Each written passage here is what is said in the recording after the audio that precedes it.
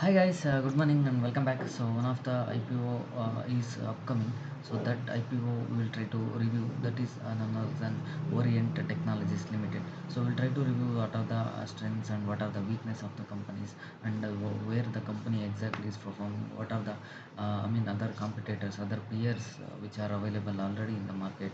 So that and all we will try to review deeply. Before going to that, let me give a disclaimer that the content we are discussing is only for educational purpose. It is not a buy or sell recommendation, guys.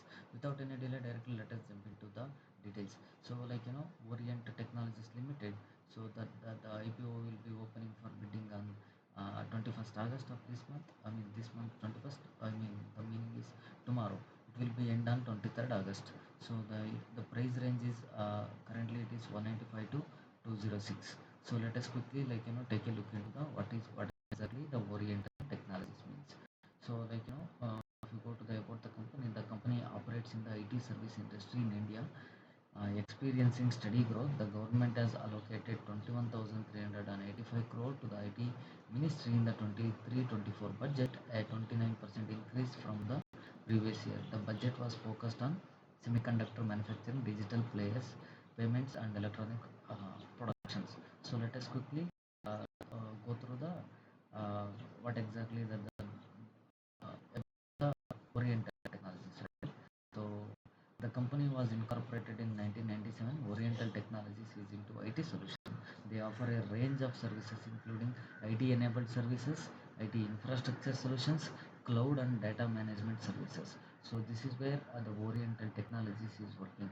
So one is IT services and infrastructure services, cloud services and data services, and data centers, which is regarding working in all these ranges. So which is providing services in all these domains. The company collaborates with the technology partners like Fortinet and Nutanix and Dell to deliver the customer solutions. So basically, I hope you got to know where exactly the company is working in which all domain. So let us quickly take a look at the financials of the company. So the Oriental Technologies reported a revenue from operations of 602 crores in the financial 24. So in the financial year 24, which is reported a revenue of 602 crores, which is up from the previous year, 12% up from the previous year. Previous year it was 535 crores. So then comes a net profit. Net profit is also increased to 41 crores, an improvement of 8% from its previous year. So in previous year it was 38 crores. So there was an improvement in the other expenses and an increase in the revenue, which has contributed to its increase in the net profit. So when it comes to revenue and when it comes to the net profit, both are up when it compared to the previous year. Revenue up by 12% and profit up by 8%. So that is what you can see. So then comes the gross profit margin was 18.36% in the financial year 24 and 19% in the financial year 23. Gross profit margin was reduced from last year to this year 1% almost.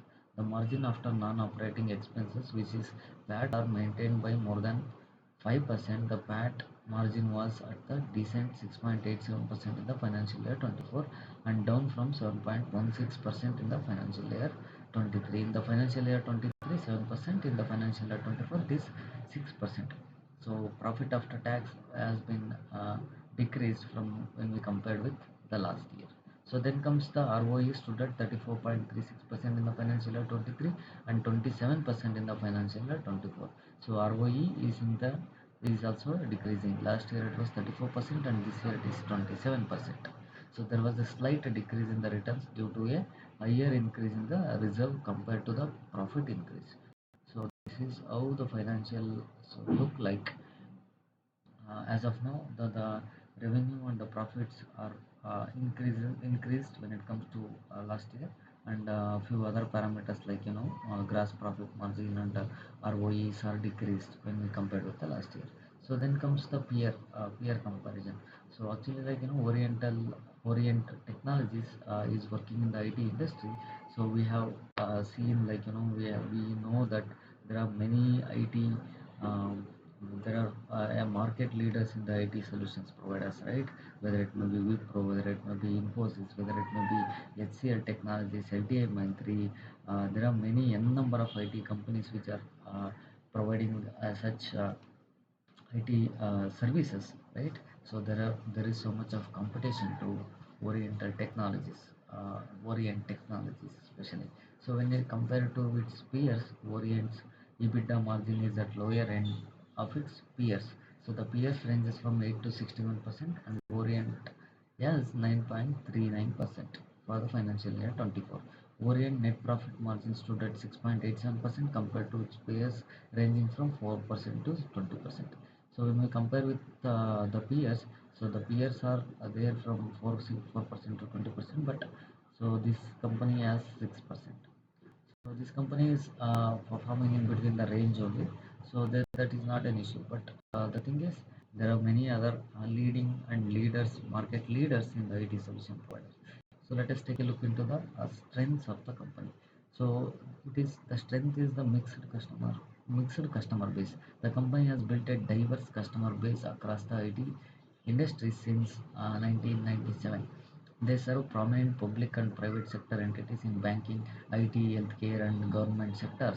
This wide customer base domestic demonstrate their ability to meet the varied client needs. So actually, all the IT solutions are majority, most of the IT solutions will be providing the solutions for multiple domains like IT, healthcare, banking, etc.